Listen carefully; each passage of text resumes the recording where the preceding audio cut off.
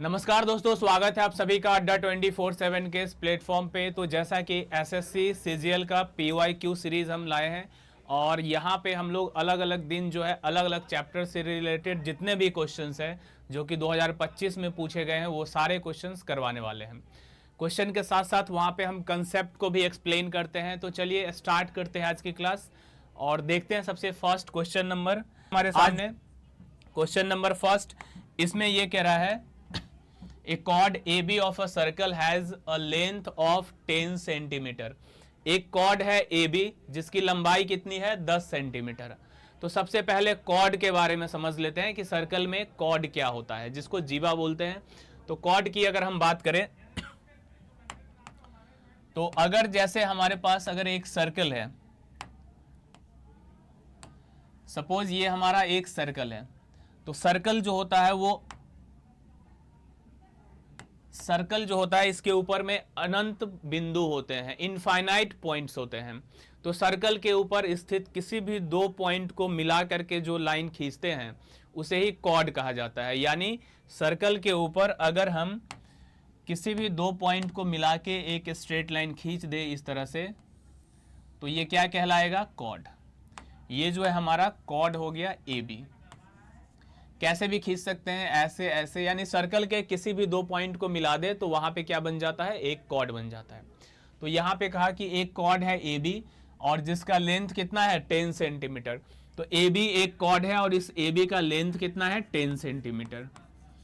ठीक है, अब आगे कह रहा है the angle subtended by the chord at a point C on the major arc is 30 degree. देखो यहां पे एक एक चीज को समझते हैं। सबसे पहले यहां पे एक वर्ड आया मेजर आर्क।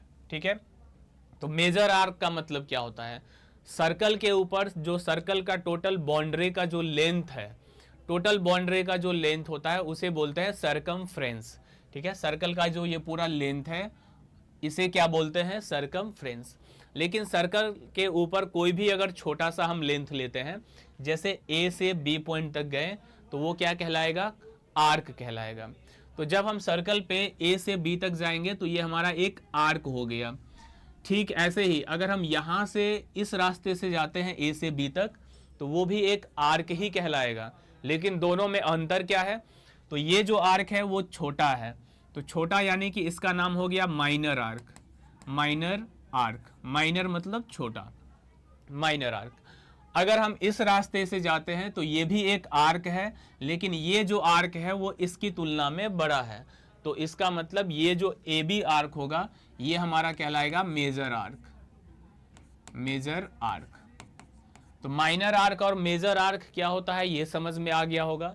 तो चलिए आगे बढ़ते हैं। यहां पे कह रहा है the angle subtended by the chord at the point C on the major arc. यानी इस कॉर्ड के द्वारा पॉइंट C पे, पॉइंट C कहाँ है? मेजर आर्क के ऊपर, वहां पे एंगल बन रहा है कितने डिग्री का? 30 डिग्री का। मतलब ये हुआ कि मेजर आर्क ये है यहां से यहां तक, तो इन दोनों कॉर्ड से यहां तक में कहीं भी एक पॉइंट C लेंगे और वहां पे एंगल बनेगा 30 डिग्री का। तो यहां से अगर हम बात करें, एक इस तरह से लाइन खींच दे रहे हैं यहां और ऐसे, और ये दिखा दे रहे हैं पॉइंट C, और यहां पे जो एंगल बन रहा है वो कितना डिग्री का? 30 डिग्री का। ये हमारा 30 डिग्री का एंगल यहां पे बन रहा है। इसके बाद क्वेश्चन में कहा find the radius of the circle. इस सर्कल का रेडियस फाइंड आउट करना है। रेडियस कहां होगा इस सर्कल का? तो अगर रेडियस की बात करें तो सर्कल का सेंटर होगा कहीं भी, सपोज ये सेंटर है। अब इस सेंटर से अगर हम A को मिला दे और B को मिला दे, तो ये जो OA है और OB है ये क्या है? रेडियस है सर्कल का।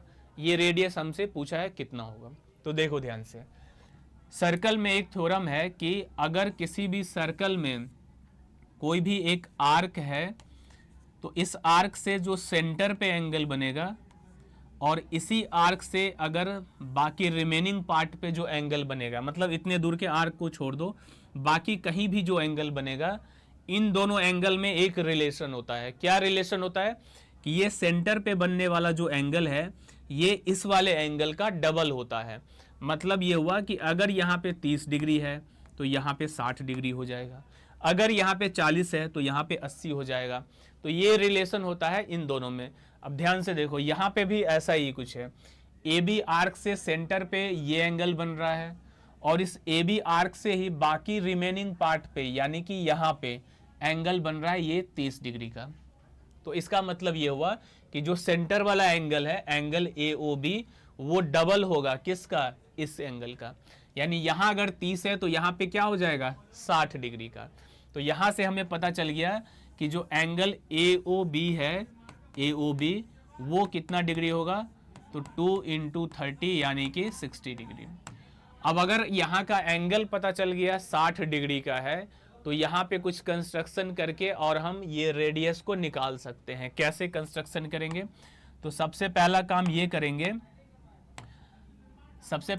ये करेंगे कि यहाँ से हम एक परपेंडिकुलर लाइन इस पे ड्रॉ कर देंगे। यहाँ से एक परपेंडिकुलर लाइन इस पे हम ड्रॉ कर दिए।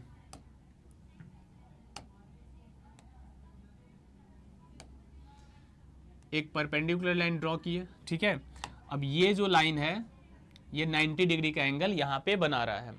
तो 90 का एंगल बना रहा है, तो इसका मतलब क्या हुआ कि ये जो O M line perpendicular draw किए हैं, ये जो लाइन यहाँ पे हम ड्रॉ किए हैं, ये जो लाइन है अगर ये परपेंडिकुलर है तो यहाँ पे एक थ्योरम फिर से अप्लाई हो गया, क्या, कि किसी भी सर्कल में अगर कॉर्ड है और सेंटर से अगर इस पे परपेंडिकुलर लाइन ड्रॉ करे तो इस केस में ये कॉर्ड को दो इक्वल पार्ट में डिवाइड कर देता है। मतलब ये साइड और ये साइड दोनों बराबर हो जाता है। यानी पूरा यहाँ पे 10 सेंटीमीटर अगर था तो इधर ये हो जाएगा 5 सेंटीमीटर और इधर भी हो जाएगा 5 सेंटीमीटर। यहाँ तक समझ में आ गया। अब देखो ओ एम, ये जो परपेंडिकुलर लाइन दिए खींचे हैं, ये अगर इस पे परपेंडिकुलर है तो ये दो इक्वल पार्ट में डिवाइड हो गया। साथ ही यहाँ का जो दो एंगल था, यहाँ जो दो एंगल बन रहा है, ये एंगल और ये एंगल, यानी ए ओ एम और बी ओ एम, ये दोनों एंगल भी आपस में बराबर हो जाएगा, क्योंकि ये जो लाइन होता है वो इस एंगल को भी दो इक्वल पार्ट में डिवाइड कर देता है। यानी पूरा एंगल यहाँ पे 60 था तो ये एंगल हो जाएगा 30 डिग्री का और इधर का भी एंगल हो जाएगा 30 डिग्री का। तो अब यहाँ से अगर एक ट्रायंगल ले ले, कौन सा ट्रायंगल, ए ओ एम, ये जो ट्रायंगल है हमारा ए ओ एम, इस वाले ट्रायंगल को अगर हम ले लें तो ये जो है हमारा ओ ए, यही रेडियस है और ओ एम यहाँ पे क्या है, 30 डिग्री का एंगल बन रहा है और ए बी का वैल्यू कितना दिया है, 5। तो यहाँ से हम जानते हैं, ट्रिग्नोमेट्री में पढ़े हैं कि 30 के सामने का साइड जो होता है 1 होता है, यानी 1 यूनिट का वैल्यू 5 है। तो यहाँ का वैल्यू होता है √3, यानी इसका वैल्यू हो जाएगा 5 इंटू √3, यानी कि 5√3 जो है वो इस लाइन का वैल्यू आ गया। तो अब अगर इसमें पाइथागोरस थ्योरम लगा दे तो रेडियस जो है वो निकल जाएगा। यानी रेडियस क्या हो जाएगा, 5 का स्क्वायर प्लस 5√3 का स्क्वायर। तो 5 का स्क्वायर करेंगे तो 25 होगा और इधर 5 का स्क्वायर और √3 का स्क्वायर करेंगे तो 75 हो जाएगा। 75 और 25 को जोड़ते हैं तो 100, 100 का स्क्वायर रूट आएगा 10। देखो अगर ये सारा कंसेप्ट अगर पता है तो इतना जो हम कहानी बताए हैं वो डायरेक्ट आप एग्जाम में लगा सकते हैं। कैसे, डायरेक्ट जो है एक छोटा सा ट्रायंगल बनाएंगे और अगर पूरी कहानी पता है तो सीधा समझेंगे कि ये जो है हमारा सेंटर है, ये जो है कॉर्ड का हाफ वाला पार्ट है। मतलब कॉर्ड इसका अगर 10 था, 10 सेंटीमीटर अगर कॉर्ड था तो ये 5 सेंटीमीटर है, ये 90 डिग्री है। यहाँ पे ए मान लेंगे, सपोज यहाँ पे एम मान लिए। इसके बाद ये समझ जाएंगे डायरेक्ट कि वहाँ पे जो 60 डिग्री एंगल बन रहा था, जैसे यहाँ 30 बन रहा था तो ये पता चल गया कि सेंटर पे 60 बनेगा। अब परपेंडिकुलर लाइन खींचे हैं तो 60 का हाफ हो गया होगा 30 यानी ये जो एंगल है 30 डिग्री का है। इतना फिगर बस एग्जामिनेशन में बनाएंगे और आपका क्वेश्चन जो है सॉल्व हो जाएगा। अब यहाँ पे डायरेक्ट ट्रिग्नोमेट्री का ट्रिक लगाएंगे कि अगर ये 5 है तो ये 5√3 हो जाएगा तो ये हमारा रेडियस है, तो 5 का स्क्वायर प्लस 5√3 का स्क्वायर करके और अंडर रूट कर देंगे 25 और 75 यानी 100। तो 100 का स्क्वायर रूट क्या आ गया, 10। इस तरह से इस तरह से एग्जाम में जो है क्वेश्चन को बनाया जाता है, लेकिन इसके लिए आपको सारा कंसेप्ट सब कुछ पहले से याद होना चाहिए। तो यहाँ पे सब कुछ हम बताते हुए चल रहे हैं क्वेश्चंस के अंदर ही। चलिए अगला क्वेश्चन है question number second. Question number second में ये कह रहा है एक कॉर्ड ऑफ लेंथ 24 सेंटीमीटर, एक कॉर्ड है और उस कॉर्ड की लंबाई कितनी है 24 centimetre, lies 7 centimetre away from the centre of a circle. ये कह रहा है कि सर्किल के सेंटर से 7 सेंटीमीटर की दूरी पे है। फिगर से इसको समझते हैं। सबसे पहले देखो यहाँ पे मेन काम सीखना है, अभी एग्जाम नहीं दे रहे हैं कि हम एकदम फास्ट में इसको बता दें और कुछ समझ में भी ना आए। इसलिए यहाँ पे पहले जो है क्वेश्चंस के अंदर क्या क्या चीज़ें दी हुई है उसको पहले अच्छे से हम एक्सप्लेन कर रहे हैं, उसको पहले बढ़िया से समझ लो। फिर जब सारे कंसेप्ट आपके पास आ जाएंगे तो क्वेश्चन तो बन ही जाएंगे। तो यहाँ पे अगर हम सर्कल बना लें, एक सर्कल बना लिए, अब इस सर्कल में ये कहा कि एक कॉर्ड है, तो यहाँ पे क्या करेंगे एक कॉर्ड बना लेंगे। ये हमारा कॉर्ड हो गया। अब इस कॉर्ड का जो लेंथ है, सपोज ये ए बी कॉर्ड है, इस कॉर्ड का लेंथ कितना है 24 सेंटीमीटर, ठीक है। अब कह रहा है कि ये जो कॉर्ड है 7 सेंटीमीटर की दूरी पे है, किससे, सेंटर से। सपोज इस सर्कल का सेंटर यहाँ है, ये सर्कल का सेंटर है तो इस सेंटर से कितनी दूरी पे है 7, यानी कि किसी भी पॉइंट का किसी भी लाइन से जो डिस्टेंस होता है वो हमेशा एक परपेंडिकुलर डिस्टेंस होता है, ठीक है। तो यहाँ पे जो सेंटर है और ये जो कॉर्ड है इसके बीच का जो ये डिस्टेंस है, ये डिस्टेंस दिया हुआ है कितना 7, लेकिन ये डिस्टेंस जो होगा ये इस पे परपेंडिकुलर होगा, ये डिस्टेंस इसके ऊपर क्या होगा परपेंडिकुलर। और अगर ये परपेंडिकुलर हुआ तो इसका मतलब ये जो पूरा 24 सेंटीमीटर का लेंथ था वो दो पार्ट में डिवाइड हो गया, एक हो गया 12 और दूसरा भी हो गया 12 सेंटीमीटर। क्योंकि अभी समझाएं सेंटर से कॉर्ड पे जब भी परपेंडिकुलर लाइन डालेंगे तो वो कॉर्ड को दो इक्वल पार्ट में डिवाइड करेगा ही करेगा, ठीक है। अब आगे पढ़ो, क्वेश्चन में क्या है, what is the approximate radius of the circle, यानी इस सर्कल का अप्रॉक्स में रेडियस बताना है, लगभग में रेडियस का मान क्या होगा ये हमसे पूछा है। तो अगर इसकी रेडियस की बात करें तो इसका रेडियस कहां से होगा, तो ये अगर मिला दे तो ये इसका रेडियस हो गया। इस रेडियस का वैल्यू बताना है कितना होगा।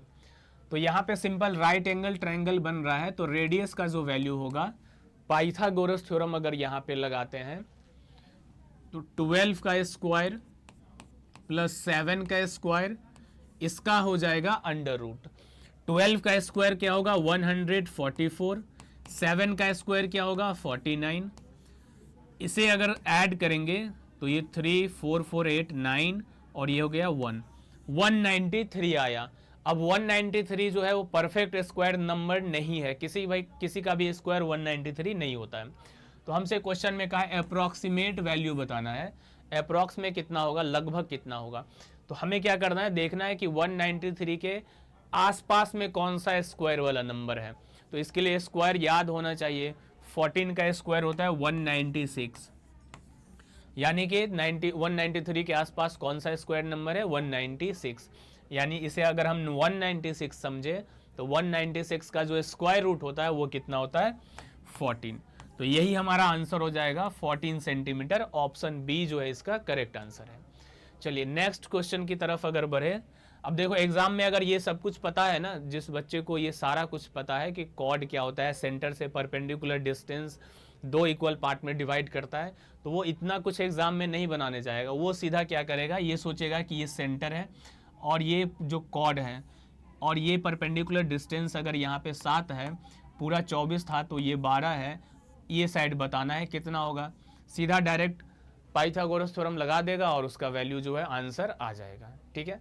तो नेक्स्ट क्वेश्चन देखते हैं, अगला question, question number 3। Question number 3 में क्या कह रहा है, in a circle there is a chord measuring 20 centimetre that is located 15 centimetre away from the centre.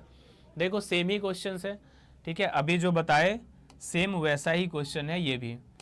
ये कह रहा है कि एक सर्कल है और इस सर्कल में एक कॉर्ड ले लेते हैं जिसका लेंथ है कितना तो जिसका लेंथ है 20 सेंटीमीटर, तो ये कॉर्ड हो गया। सपोज ये कॉर्ड है ए बी और इसका लेंथ है 20। अब आगे इसमें कहा कि ये 15 सेंटीमीटर दूर है, किससे? सेंटर से। तो सेंटर से अगर 15 सेंटीमीटर दूर है तो सपोज अगर इसका सेंटर ये है तो यहाँ से ये जो डिस्टेंस है ये कितना है? 15। और ये हम अभी बताएं कि ये परपेंडिकुलर डिस्टेंस होता है। अगर ये परपेंडिकुलर डिस्टेंस हो गया तो इसका मतलब है कि ये कॉर्ड को इक्वल पार्ट में डिवाइड कर दिया, यानी कि पूरा 20 था तो ये हो गया 10 और ये हो गया 10। रेडियस पूछा है तो सीधा हम रेडियस का जो वैल्यू होगा √10 का स्क्वायर प्लस 15 का स्क्वायर कर देंगे। सीधा सीधा 10 का स्क्वायर प्लस 15 का स्क्वायर करेंगे तो 10 का स्क्वायर हो गया 100 और 15 का स्क्वायर हो गया 225। स्क्वायर रूट निकालेंगे तो अंडर रूट आ जाएगा 325। अब फिर से यहाँ भी अप्रोक्सीमेट ही पूछ रहा होगा, what is the approximate radius. यहाँ भी अप्रोक्सीमेट ही पूछा है, लगभग मान पूछा है रेडियस का, लगभग में बताइए कितना होगा। तो देखो 325 के आसपास का स्क्वायर नंबर खोज लो तो 324 होता है, 18 का स्क्वायर होता है, मतलब आंसर क्या हो जाएगा? 18। इस तरीके से सिंपल है, बहुत ही आसान क्वेश्चन है। अगला question, question number 4। Question number 4 में कह रहा है if the angle subtended by arc A B at the centre is 140 degree. तो अगर यहाँ पे भी अगर फिगर बना के समझे, देखो फिगर बनाने का समझाने का मतलब है कि बार बार आप इस चीज़ों को देखो और समझ पाओ कि कैसे क्या हो रहा है। बाकी एग्जाम में इतना बनाने की ज़रूरत नहीं रहती है, जब बार बार बनाएंगे माइंड में पूरी तरीके से बात फिट हो जाएगी तो आप डायरेक्ट भी कर सकते हैं ये सब क्वेश्चंस को। अगर हम बात करें यहाँ पे तो सबसे पहले एक सर्कल बना लिए। अब इस सर्कल में ये कहा the angle subtended by arc A B एक आर्क है। सबसे पहले ए बी हमें आर्क लेना है, तो सपोज यहाँ पे हम लेते हैं ए और यहाँ पे बी, ये हमारा ए बी आर्क हो गया। अब इस आर्क से, ए बी आर्क से सेंटर पे जो एंगल बन रहा है वो बन रहा है 140 डिग्री का, 140 डिग्री का एंगल बन रहा है।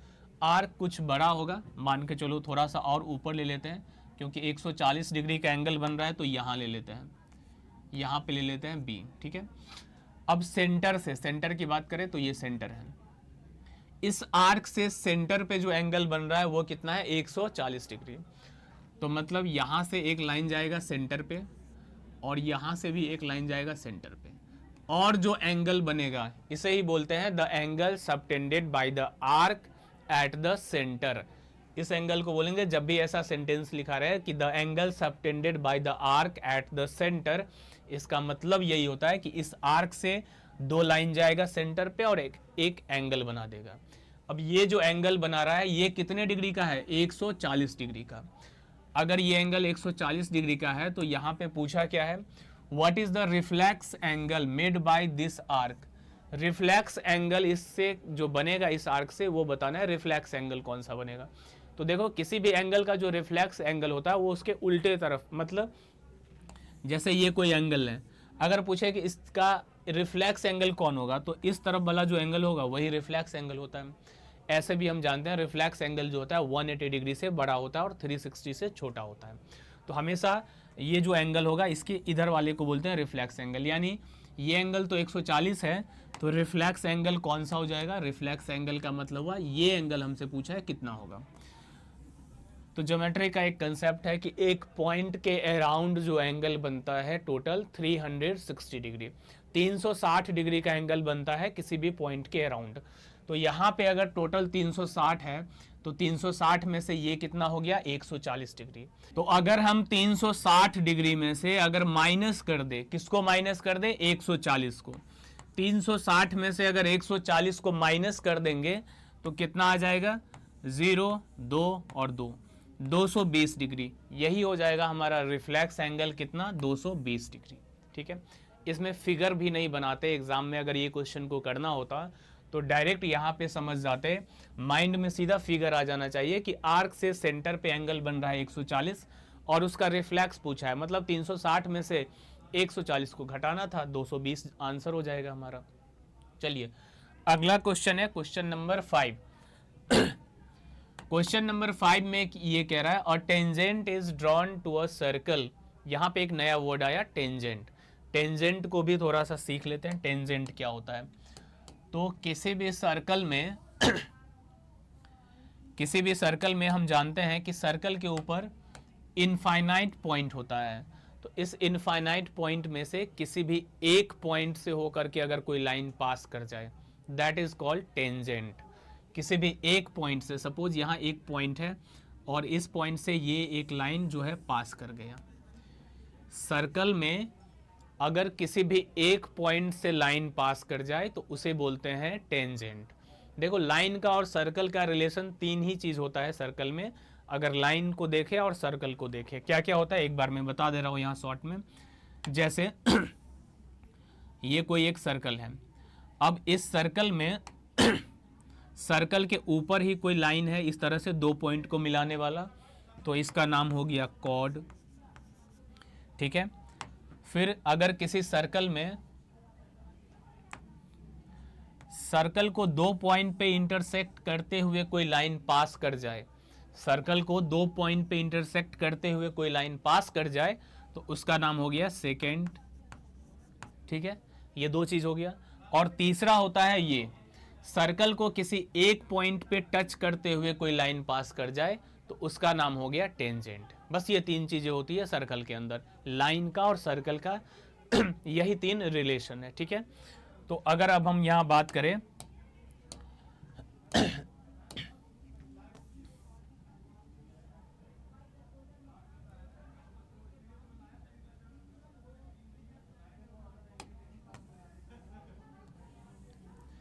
अगर अब इस क्वेश्चन की बात करें तो इस क्वेश्चन में कहा a tangent is drawn to a circle with a radius of 5 centimetre.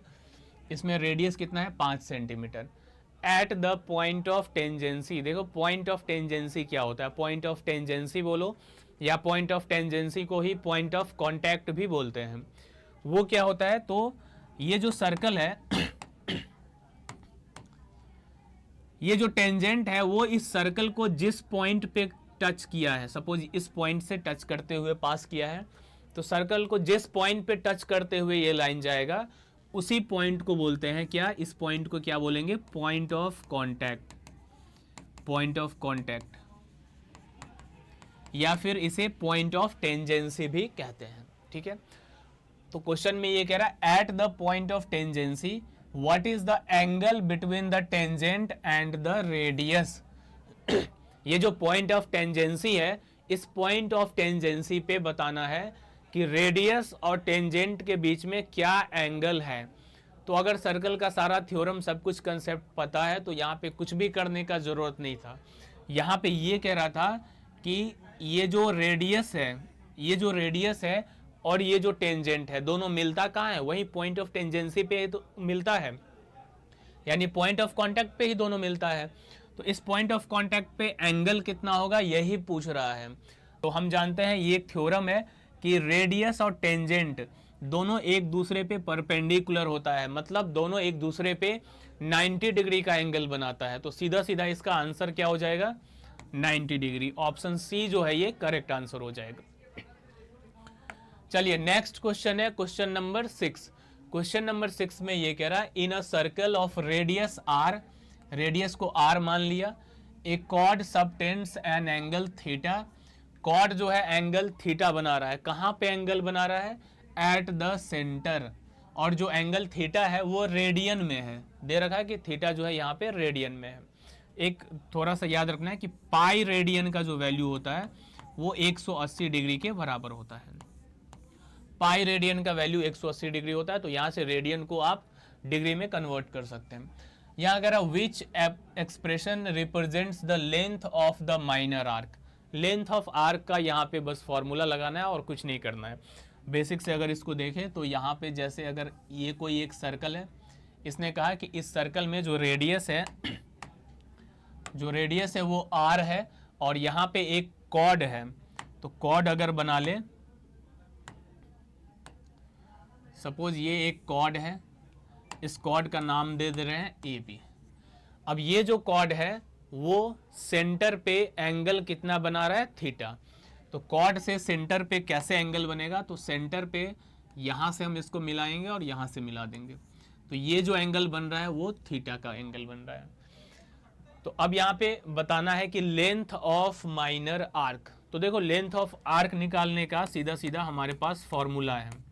Length of arc, minor arc निकालना हो या मेजर आर्क निकालना हो उससे मतलब नहीं है, अगर हमें एंगल पता है तो लेंथ ऑफ आर्क। अब एंगल, जिस आर्क के लिए हम लेंथ निकाल रहे हैं उसी आर्क से सेंटर पे बनने वाला एंगल पता होना चाहिए। तो ऐसे में हम क्या करते हैं, लेंथ ऑफ आर्क का डायरेक्ट हमारे पास फॉर्मूला है 2 पाई आर थीटा बाई 360। देखो इस फॉर्मूला को याद रखना बिल्कुल आसान है। लेंथ ऑफ आर्क क्या है, पूरे सर्कल का एक छोटा सा ही तो पार्ट है, यानी पूरे सर्कल का जो लेंथ होता है वो होता है 2 पाई आर। लेकिन अगर हमें पूरा लेंथ नहीं चाहिए, सर्कल के किसी भी दो पॉइंट के बीच का अगर हमें लेंथ चाहिए, तो सीधा देखेंगे कि वो जो लेंथ है सर्कल से कितना डिग्री का एंगल बन रहा है, सेंटर पे कितने डिग्री का एंगल बन रहा है, बस ये चेक करना होता है। तो वही फॉर्मूला बन जाता है। जैसे 2 पाई आर तो पूरा सर्कल का सरकमफ्रेंस हो गया, लेकिन यहाँ से यहाँ तक का अगर लेंथ चाहिए और ये अगर थीटा एंगल बना रहा है तो थीटा बाई 360, क्योंकि टोटल एंगल यहाँ पे क्या होता है 360। तो उस 360 में थीटा कौन सा पार्ट है यही मल्टीप्लाई हो जाता है थीटा बाई 360। तो यहीं से फॉर्मूला इसका तैयार हो गया, length of arc equal to 2 pi r theta by 360। अब यहाँ पे सारा वैल्यू पुट कर देना है 2। अब देखो पाई का वैल्यू यहाँ पे हमें क्या करना है, रेडियन में लिखना है, क्योंकि थीटा किस में दिया हुआ है, रेडियन में। तो पाई रेडियन का वैल्यू होता है 180 डिग्री। तो यहाँ पे पाई की जगह पे 180 लिख लेंगे। रेडियस को क्वेश्चन में कहा है कि आर ही है, तो आर हो गया, यहाँ पे लिखे थीटा और नीचे हो गया 360। अब यहाँ जो जो कैंसिल हो रहा है उसे कैंसिल कर देना है। यहाँ पे देखो 180 और 2 तो 100, ये 360 हो गया, ये 360 कैंसिल हो गया। सीधा हमारे पास आंसर क्या आया, आर इंटू थीटा। तो ऑप्शन ए जो है आर इंटू थीटा, ये इसका करेक्ट आंसर हो गया। चलिए नेक्स्ट क्वेश्चन देखते हैं, अगला क्वेश्चन नंबर 7। क्वेश्चन नंबर 7 में क्या कह रहा है, a triangle with sides 5 centimetre, 12 centimetre and 13 centimetre has an in radius 2 centimetre. एक ट्राइंगल है जिस ट्राइंगल का साइड क्या है 5, 12, 13। देखो ये साइड जब जैसे ही दिखा हमारे सामने 5, 12, 13, तो हम समझ गए कि ये जो ट्राइंगल होगा वो राइट एंगल ट्राइंगल होगा। और जब ये पता चल गया कि ये राइट एंगल ट्राइंगल है, तो अब इस इन सेंटर का कोई मतलब ही नहीं, क्योंकि यहाँ पे क्या निकालना है, एरिया। एरिया निकालना है, तो इन सेंटर का कोई मतलब ही नहीं है। लेकिन अगर ये राइट एंगल ट्रायंगल नहीं रहता तब इस इन सेंटर का मतलब होता है। देखो अगर हमसे ये कहा कि ट्रायंगल कौन सा है, एक ट्रायंगल है जिसका 5, 12, 13 जो है साइड है, तो अगर हम यहाँ पे एक ट्रायंगल बना लें, मैं बता रहा हूँ अगर इसमें राइट एंगल ट्रायंगल नहीं होता तो उसके लिए भी बता दे रहा हूँ कैसे करना होता। जैसे अगर हम अभी ये राइट एंगल ट्रायंगल बना लिए, क्योंकि हम समझ गए कि यहाँ पे राइट एंगल ट्रायंगल की ही बात हो रही है। अब यहाँ पे अगर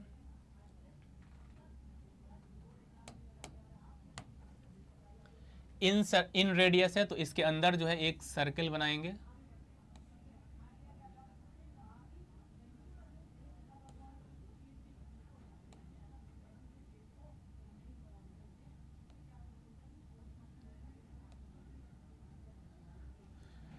ठीक है, ये इसके सर्कल हो गए। अब यहां पे इन रेडियस का मतलब हुआ ये अगर इस सर्कल का सेंटर है तो ये इसका इन रेडियस हो गया और ये इस पे परपेंडिकुलर होता है। ये कितना है 2 सेंटीमीटर, ठीक है। व्हाट इज इट्स एरिया, देखो ये इस क्वेश्चन के लिए तो एरिया निकालना आसान है, ये सब तो कुछ करना ही नहीं है। सीधा area of right angle triangle का एरिया क्या होता है 1/2 बेस इंटू हाइट। तो 5, 12, 13 में 13 जो है ये हाइपोटेनियस होगा, क्योंकि ये सबसे बड़ा साइड है तो हाइपोटेनियस हो जाएगा। बेस और हाइट कौन होगा 5 और 12, मतलब ये साइड 5 है, ये साइड अगर 12 है, ये साइड 13 है, तो एरिया क्या होगा 1/2 आधार गुने ऊंचाई, यानी कि 5 गुने 12, 2 से काटेंगे 6 बार में तो 30 जो है इसका आंसर हो जाएगा। 30 जो है इसका आंसर हो गया। लेकिन अगर राइट एंगल ट्रायंगल नहीं रहता तो उस केस में देखो क्या करते हैं उस केस में जब भी हमें ऐसे ट्रायंगल का एरिया निकालना हो तो इसका डायरेक्ट फॉर्मूला है, जब सर्कल को आप पूरा पढ़ेंगे तो वहाँ पे ये फॉर्मूला समझ में आएगा कि इसका जो एरिया होता है इस सर्कल का 1/2 इंटू रेडियस और इंटू हो जाता है सम ऑफ साइड, यानी ट्रायंगल का जो तीनों साइड है a plus B plus C मान लेते हैं, तो 1/2 radius into sum of side, ये डायरेक्ट फॉर्मूला होता है। जब भी इन रेडियस दिया रहे तो उस केस में ट्रायंगल का एरिया निकालने का ये फॉर्मूला होता है। ये फॉर्मूला आता कहाँ से है? तो देखो यहाँ पे अगर इस तरह से हम रेडियस खींच दे तो ये भी तो रेडियस होगा, ये भी रेडियस होगा, और अगर हम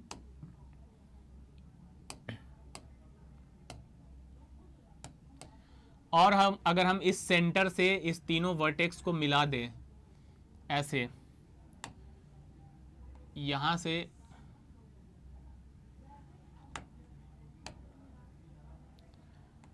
इसको मिला दिए और इसको मिला दिए, तो यहां पे 3 ट्रायंगल बन जाता है। कौन सा 3 ट्रायंगल बनता है? तो अगर हम बात करें तो एक ट्रायंगल बनता है AOB, एक ट्रायंगल बनता है BOC और एक ट्रायंगल बनता है AOC। इसके बाद इस तीनों ट्रायंगल के एरिया को अगर प्लस करते हैं तो पूरे ABC का एरिया निकलता है। तो इस तीनों ट्रायंगल का जो एरिया होगा वो क्या होगा, एक बार इसको समझा ही दे रहा हूं।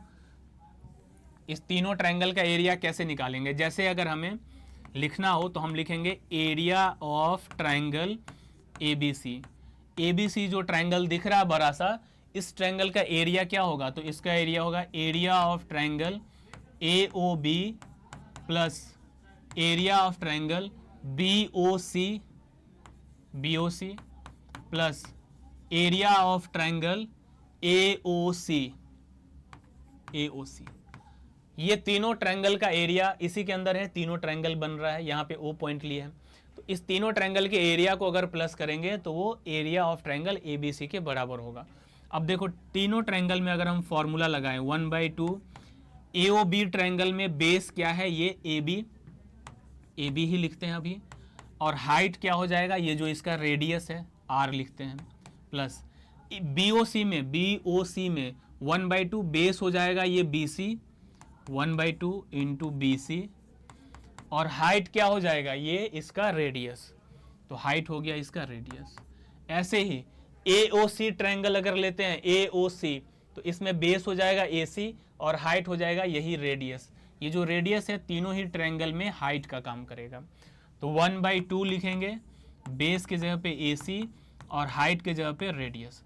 अब देखो ये सब में 1/2 और रेडियस कॉमन है, तो सब में से अगर 1/2 को कॉमन ले ले और रेडियस को कॉमन ले ले तो बच क्या जाएगा? तीनों का साइड बच जाएगा, मतलब AB plus BC plus CA या AC। तो यही हमारा डायरेक्ट फॉर्मूला बन गया कि जब कभी भी हमें ट्रायंगल का एरिया निकालना हो, और कौन सा ट्रायंगल? इन रेडियस अगर दिया है, यानी ट्रायंगल के अंदर कोई सर्कल है और उसका रेडियस दिया हुआ है और उसका हमें अगर एरिया चाहिए, तो सीधा हम ये फॉर्मूला लगाएंगे area of triangle 1/2 into radius into sum of side.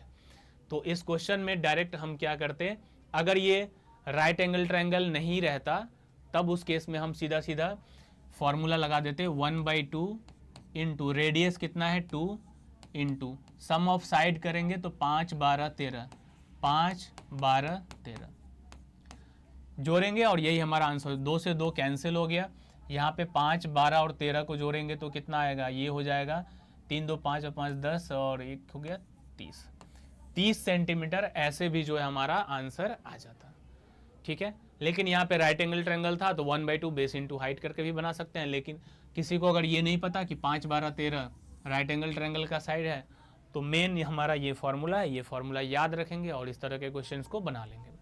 चलिए अगले क्वेश्चंस को देखते हैं। Question number 8। क्वेश्चन नंबर 8 में क्या कह रहा है? What is the area of the segment form by a chord in a circle of radius 10 centimetre. तो सबसे पहले अगर हम बात करें तो यहाँ पे सबसे पहले अगर एक सर्कल बना ले तो what is the area of the segment. Segment क्या होता है? सेगमेंट किसको बोलते हैं? तो किसी भी सर्कल में जब हम कॉर्ड खींचते हैं, किसी भी सर्कल में जब हम कॉर्ड खींचते हैं तो ये सर्कल को 2 इक्वल पार्ट में डिवाइड करता है। एक ये वाला पार्ट हो गया और एक ये। तो ये जो 2 इक्वल पार्ट में नहीं डिवाइड करता है, छोटा बड़ा भी हो सकता है। अगर डायमीटर खींचते हैं तब 2 इक्वल पार्ट में डिवाइड करता है। लेकिन कॉर्ड जब भी होगा तो ये एक बड़ा वाला पार्ट होगा, एक छोटा वाला। तो ये जो इसका पार्ट है यही क्या है, एक सेगमेंट है, और इधर वाला भी ये पार्ट क्या है, एक सेगमेंट है। ये हो गया माइनर सेगमेंट, ये हो गया मेजर सेगमेंट। और नॉर्मली कुछ भी माइनर मेजर नहीं लिखा हुआ है तो सीधा सीधा हम माइनर सेगमेंट को ही सेगमेंट लेते हैं। तो इस क्वेश्चन में कहा कि what is the area of segment. Area of segment बताना है, क्या होगा, form by a cord in a circle of radius 10 centimetre. इसमें रेडियस दिया हुआ है कितना, 10 सेंटीमीटर। इसको अगर मिला दे सेंटर से, सपोज ये सेंटर है, तो रेडियस यहाँ पे कितना होगा, 10 सेंटीमीटर। ये भी कितना हो जाएगा, 10 सेंटीमीटर, क्योंकि ये भी रेडियस है। इसके बाद इसने कहा if the angle subtended at the centre is 90 degree. Centre पे जो एंगल बन रहा है वो कितना है, 90 डिग्री का, यानी ये जो एंगल है कितना है, 90 डिग्री। तो देखो एरिया ऑफ सेगमेंट निकालने के लिए हमारे पास फॉर्मूला है। सेगमेंट अगर निकालना है, एरिया ऑफ सेगमेंट, तो एरिया ऑफ सेगमेंट के लिए हम लोग क्या करते हैं, ये जो सेक्टर है पूरा, इस सेक्टर के एरिया में से ट्रायंगल का एरिया माइनस कर देते हैं, तो बच जाएगा सेगमेंट का एरिया। तो एरिया ऑफ सेक्टर के लिए फॉर्मूला होता है पाई आर स्क्वायर थीटा बाई 360। ये फॉर्मूला भी याद रखना आसान है। सेक्टर का मतलब क्या है, सेक्टर जो है वो एक पार्ट है सर्कल का, पूरे सर्कल का कुछ हिस्सा है, कुछ पार्ट है। पूरे सर्कल की अगर एरिया की अगर बात करें तो पूरे सर्कल का एरिया आपको याद होगा, सर्कल का एरिया होता है पाई आर स्क्वायर।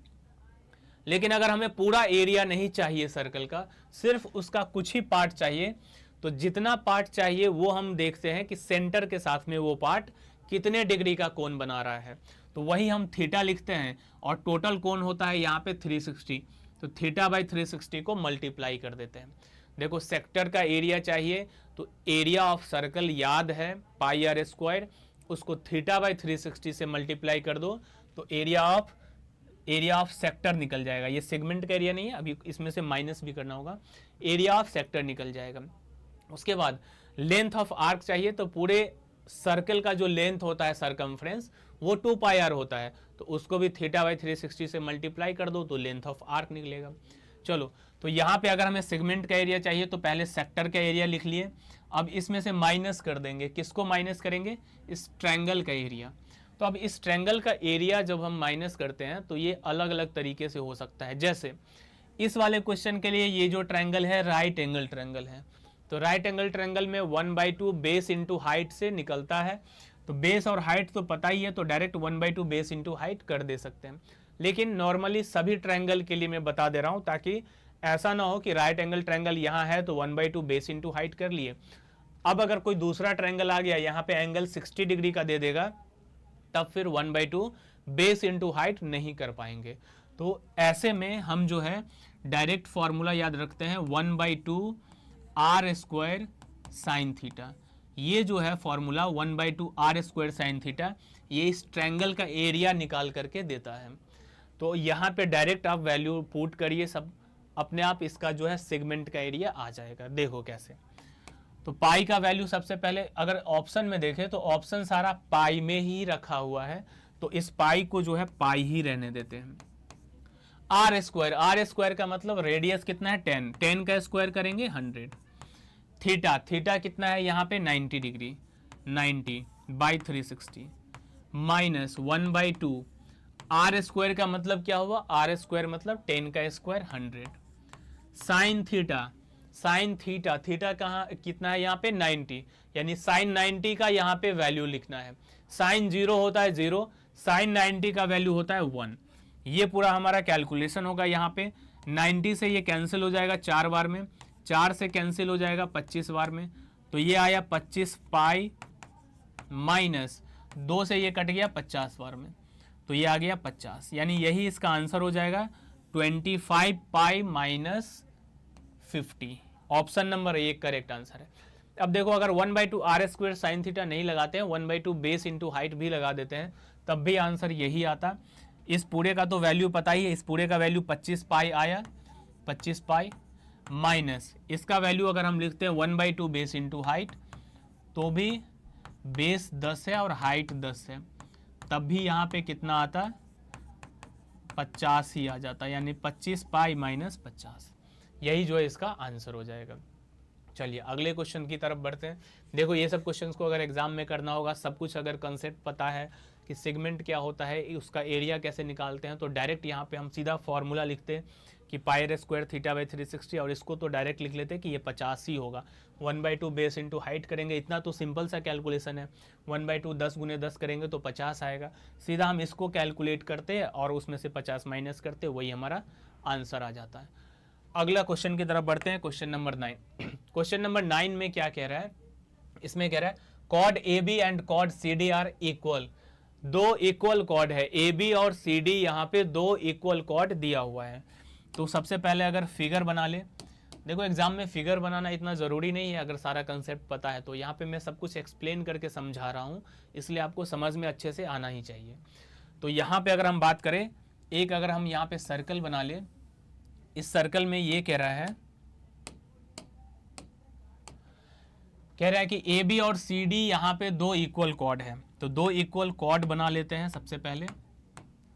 सपोज ये एक कॉर्ड हो गया, इसका नाम दे दिए ए बी, ठीक है।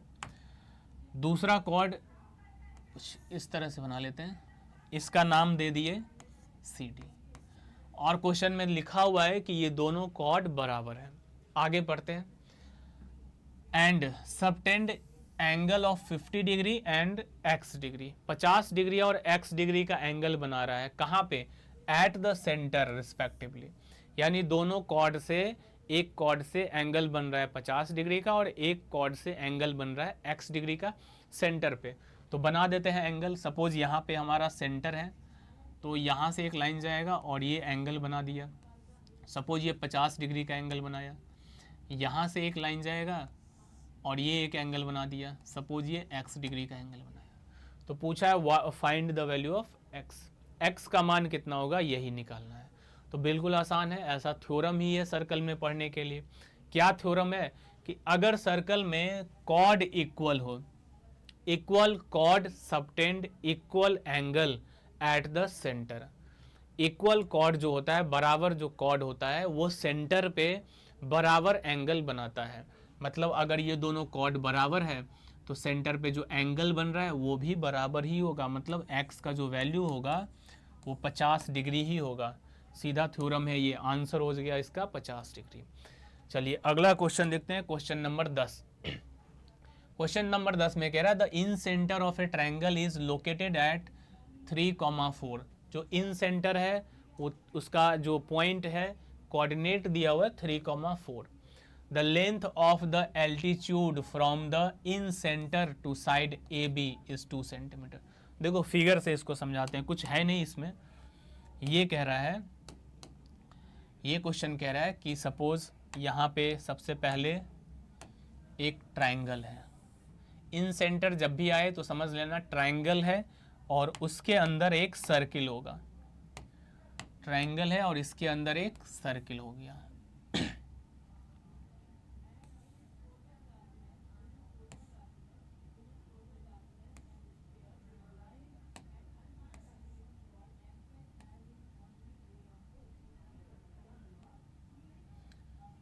ठीक है, चलो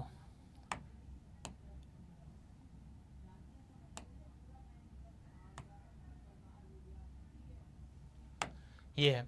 जब भी इन सेंटर आए तो समझ लेना कि ट्रायंगल के अंदर में एक सर्किल होगा।